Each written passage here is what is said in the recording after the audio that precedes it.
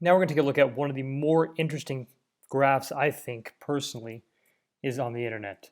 So this is from 538.com, which is Nate Silver's brainchild. So this was last updated about 2 weeks before I made this video. It's on November the 19th, 2021. So the title of this is Does Your Member of Congress Vote With or Against Biden? And as the description states, it's an updated tally of how often every member of the House and Senate votes with or against the president. So there's a really awesome graph beneath it. So as you can see here, on one axis, you've got a so-called Biden score, meaning how often you vote with Biden versus against Biden. And as you can see, your quote-unquote Biden score is lower if you vote with Biden less of the time, and it's higher if you vote with Biden more of the time. So let's take a look at some of the lesser uh, Biden voting types.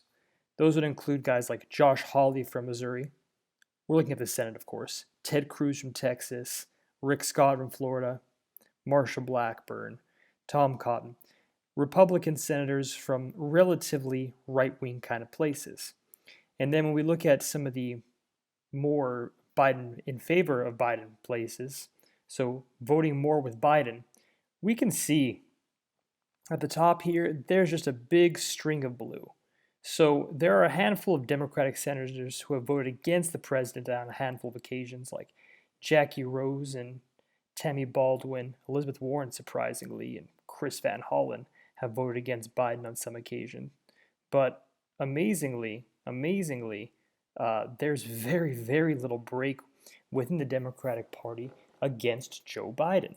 So we're looking at this chart here, and as you can see, one name pops out that's very, very curious to me, and that name is Kyrsten Sinema. Kyrsten Sinema is the senator from Arizona. Kyrsten Sinema has self-styled herself as a so-called moderate within the Democratic Party, showing that she has a distinction between her and the more progressives like Elizabeth Warren or Kristen Gillibrand. But as you can see, Gillibrand and Warren from New York and Massachusetts respectively have actually broken with Biden more frequently than Kyrsten Sinema and Joe Manchin. So I'm going to go ahead and drill into the data here and get the actual scores themselves, but I think the graph does a pretty good job of describing exactly what we're looking at. So Kyrsten Sinema, senator from Arizona, has voted with Biden on 100% of all line votes. Let's see Joe Manchin. I think it's the same.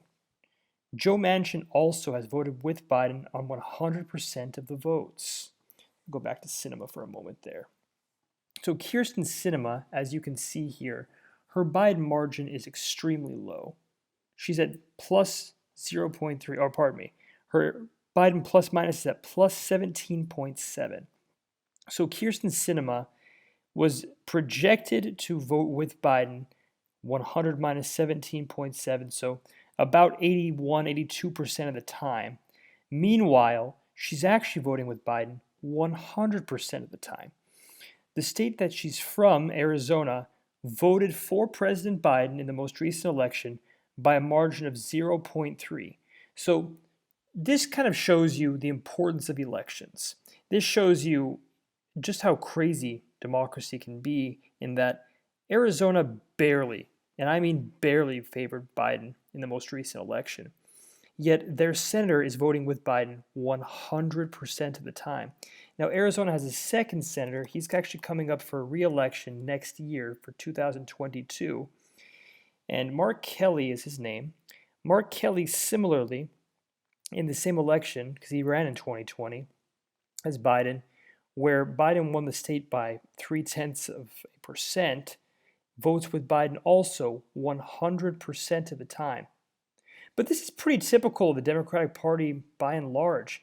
If we filter this list on Democrats, we can see there is not a single Democrat who has a quote-unquote Biden score less than 97.1%.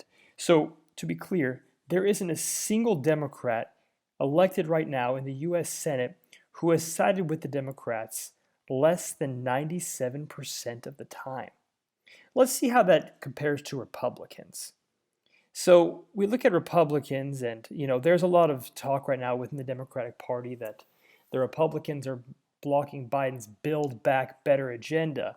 And I just got to say that is true. They are working in concert to try and oppose President Biden's Build Back Better effort. But when I take a look here, there is substantially more agreement within the Republican Party with President Biden's policy agenda and directives than there is opposition in many of these cases. I mean, you look at someone like Susan Collins, Republican senator from Maine, which is a blue state, admittedly. They voted for the Democrats, for Biden, at a 9.1% margin in the 2020 election. But as you can see here, she sided with Biden on 82.9% of all party line votes. So she's with the Democrats more than she's with the Republicans, despite the fact that she has an R next to her name. Similarly, we look at Ron Johnson, and this is one guy the media has really vilified in recent times as being a staunch right-wing Republican. He's agreeing with Biden more often than he's disagreeing with Biden. 54% of the time, Ron Johnson is siding with the Democratic Party in the current Senate. Taking a look at the House to see if the House is any different, go ahead and just click on the House tab, and we can see here it's more of the same. We see a really strong band of Democrats up here at the top voting with the Democratic Party on almost every single vote. Some of these people come from pretty left-wing kind of districts. Others really don't. So as you can see here, that's where the bulk of the Democratic Party is, voting with Biden 100% of the time. Of course, most of these people come from districts that Biden won. You do have a handful of Democrats who have come from states, or districts rather, where Biden lost, most notably Jared Golden, who sides with Biden on 80% of votes, despite the fact that his district voted against Biden. You also have Ron Kind from Wisconsin, who comes from a non-Biden district, but still managed to vote with Biden more than 90% of the time. Some other famous notables include AOC, of course, the famous congresswoman from New York's 14th.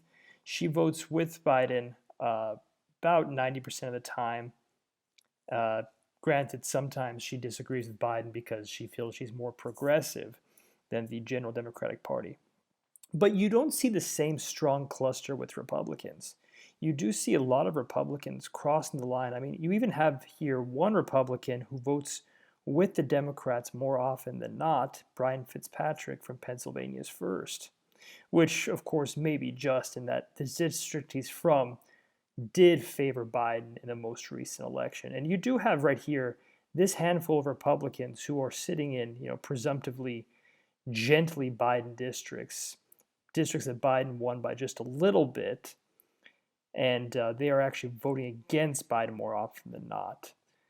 But nonetheless, you do see more dispersion within the Republicans. As you can see here, there is a it's not like up here with the Democrats, how it's the solid line of 100s. You do see Republicans who vote with the Democrats and against the Democrats. So let's get back to looking at some of these Biden plus minus scores. And let's see, some surprising ones. They would say, okay, Mike Garcia comes from a district that voted for Biden by 10 points. He's from California, from near LA, in a rural area. That district voted for Biden plus 10, yet Mike Garcia is voting with Biden just 20% of the time. So he's voting against Biden roughly 80% of the time. However, his district did vote for Biden plus 10% of the time. So that is interesting. There are a handful of Republicans up here, a good number of Republicans up here, who are voting against perhaps the wishes of their constituents. I don't know that much about some of these guys. Young Kim, I guess, comes from probably Orange County, which voted for Biden plus 10. Meanwhile, she's voting against Biden 73% of the time.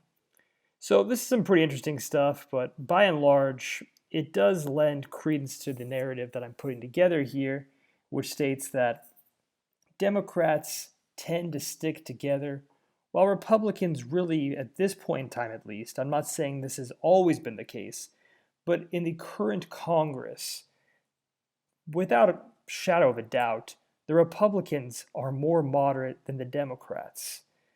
So that's interesting.